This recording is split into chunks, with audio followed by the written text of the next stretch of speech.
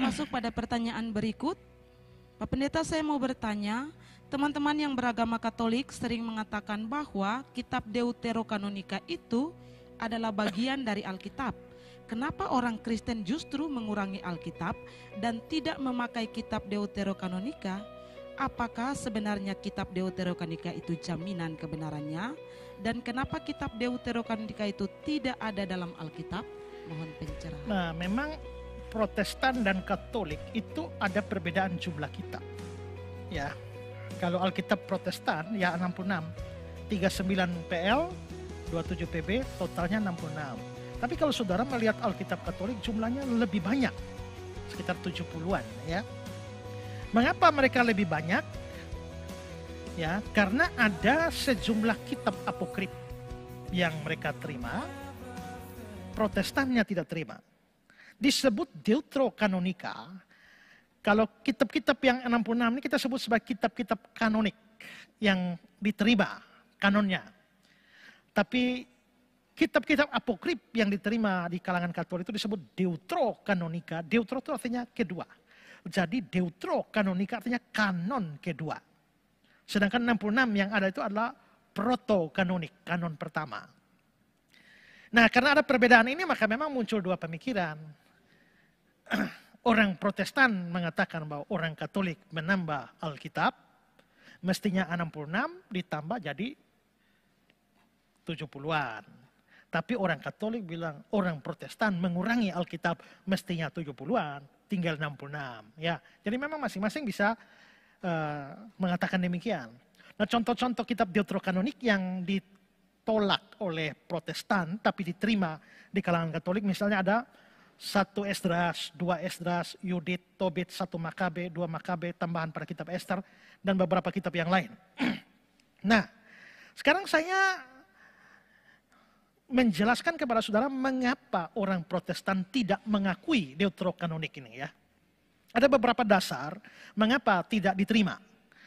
Pertama adalah Yesus dan para rasul dan perjanjian baru sama sekali tidak mengutip apokrif atau Deuterokanonika ini. Kalau kita membaca dengan teliti perjanjian baru ya, Alkitab perjanjian baru itu kira-kira ada 260 kutipan langsung dari perjanjian lama. Dan kira-kira ada 370 penggunaan bagian-bagian perjanjian lama yang bukan merupakan kutipan langsung. Kutipan langsung ada sekitar 260. Yang tidak langsung hanya bagian-bagian itu ada 370. Ini menarik, artinya Yesus dan rasul-rasul juga melihat kitab perjanjian lama itu sebagai otoritas dalam mengajar. Anehnya saudara, mereka tidak satu kali pun melakukan pengutipan baik langsung maupun tidak langsung dari kitab-kitab apokrif atau kitab-kitab Deuterokanonika. Memang ada satu bagian di dalam surat Yudas yang diperdebatkan. Ada yang mengatakan bahwa itu adalah diambil Yudas dari kitab Henok, ya, yang adalah apokrif, tapi ada juga yang mengatakan tidak. Saya sendiri tidak mempercayai hal itu.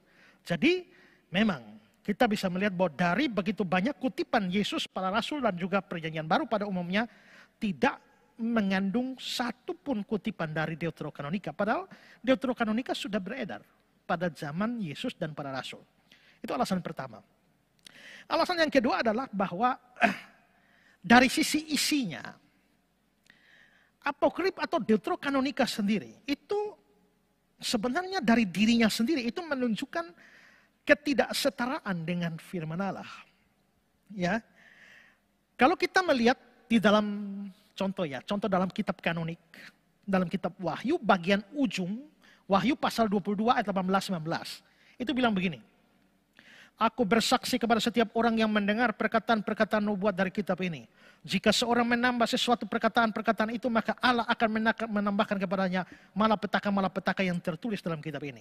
Dan jikalau seorang mengurangkan sesuatu dari perkataan-perkataan dari kitab nubuat ini, maka Allah akan mengambil bagiannya dari pohon kehidupan dan dari kota kudus seperti yang tertulis dalam kitab ini. Jadi saudara, kita bisa lihat ini, Wahyu 22 ayat 18-19 ini kelihatannya jelas berotoritas. Ya, dan dari tulisan ini kita bisa lihat bahwa tidak boleh ditambah, tidak boleh dikurang. Kalau tambah, Tuhan tambahkan malapetaka. Kalau kurangkan, maka Tuhan mengurangi bagian dari pohon kehidupan. Ya.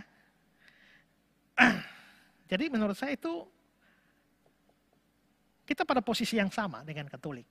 Seandainya kalau kita salah, bahwa kita yang kurangkan.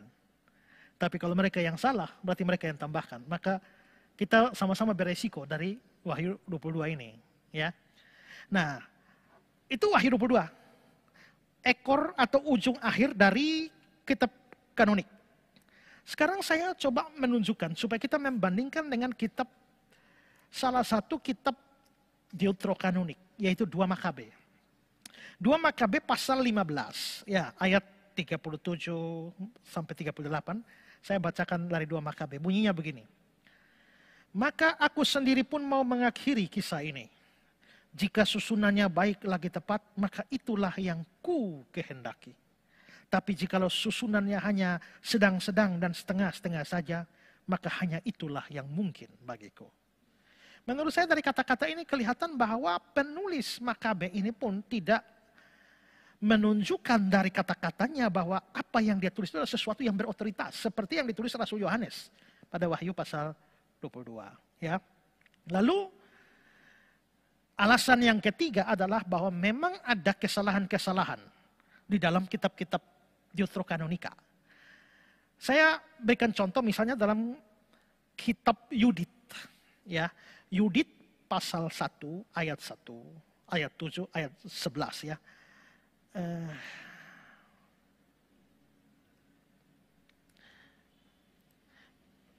Yudit pasal 1 saya baca ya ayat 7. Adapun Nebukadnezar, raja orang-orang Asyur, adapun Nebukadnezar, raja orang-orang Asyur mengirimkan utusan kepada semua penduduk negeri Persia dan seterusnya. Dikatakan Nebukadnezar raja orang Asyur. Lalu ayat yang ke-7 dari Yudit 1 ini, itu ayat yang ke-7. Ayat yang pertama juga ya. Dan dalam tahun ke-12 pemerintahan Nebukadnezar yang menjadi raja orang-orang Asyur di Niniwe. Lalu ayat 11. Tetapi semua penduduk segala negeri itu menghina Titan Nebukadnezar, raja orang-orang Asyur. Nah, jelas bahwa di sini dalam kitab Yudit, Nebukadnezar dikatakan adalah raja Asyur. Itu sesuatu yang salah. Karena kita semua tahu bahwa Nebukadnezar bukan raja Asyur, tapi raja Babel, raja Babilonia yang menaklukkan bangsa Yehuda. Ya. Jadi, lalu juga dia tidak tinggal di Niniwe. Ya. Kalau kita baca dalam Daniel pasal 4 ayat 4 sampai 6, ya. Daniel pasal 4 ayat 4 sampai 6. Aku Nebukadnezar diam dalam rumahku dengan tenang, hidup dan senang dalam istanaku. Lalu aku mendapatkan mimpi yang mengejutkan dan khayalanku di tempat tidurku serta penglihatan-penglihatan yang kulihat menggelisahkan aku. Maka aku mengeluarkan titah bahwa semua orang bijaksana di Babel harus dibawa menghadap aku. Supaya mereka memberitahukan kepadaku makna mimpi itu. Jelas, Nebukadnezar tinggal di Babel. Bukan di Niniwe. Jadi dari sini kita bisa lihat kitab Yudit membuat sebuah kesalahan sejarah. Juga kitab Tobit. Tobit pasal 5 ayat yang ke-13 itu menceritakan tentang seorang malaikat yang namanya Rafael. Yang berdusta dan dia memperkenalkan diri sebagai Asaria bin Ananias. Ya, bagaimana mungkin kitab-kitab itu mengandung, kalau itu adalah firman Allah, mengandung kesalahan seperti itu. Ya, juga kita ingat bahwa ajaran reformasi menegakkan kembali ajaran sola fide, salvation by faith alone, selamat karena iman, hanya iman, dan menolak salvation by works. Menolak keselamatan karena perbuatan baik. Tapi ternyata dalam kitab-kitab apokrif itu mengandung pengajaran salvation by works. Selamat karena berbuat baik. Misalnya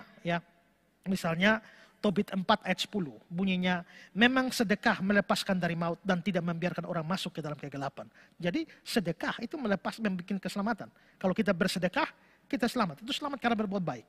Lalu Tobit 12 ayat 9, memang sedekah melepaskan dari maut dan menghapuskan setiap dosa. Kita bersedekah, itu menghapus dosa kita. dalam kitab Sirak pasal 3 ayat 3. Barang siapa menghormati bapaknya memulihkan dosa. Jadi hormat bapa, dosa diselesaikan. Nah, semua itu adalah doktrin salvation by works. Selamat karena berbuat baik.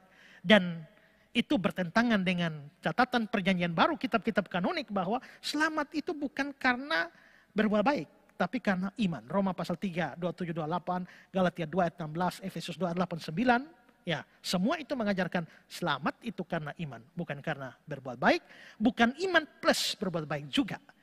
Orang Kristen selamat karena iman, bukan berbuat baik. Nanti setelah selamat, Tuhan kasih Roh Kudus, maka dia berbuat baik. Jadi perbuatan baiknya menyusul.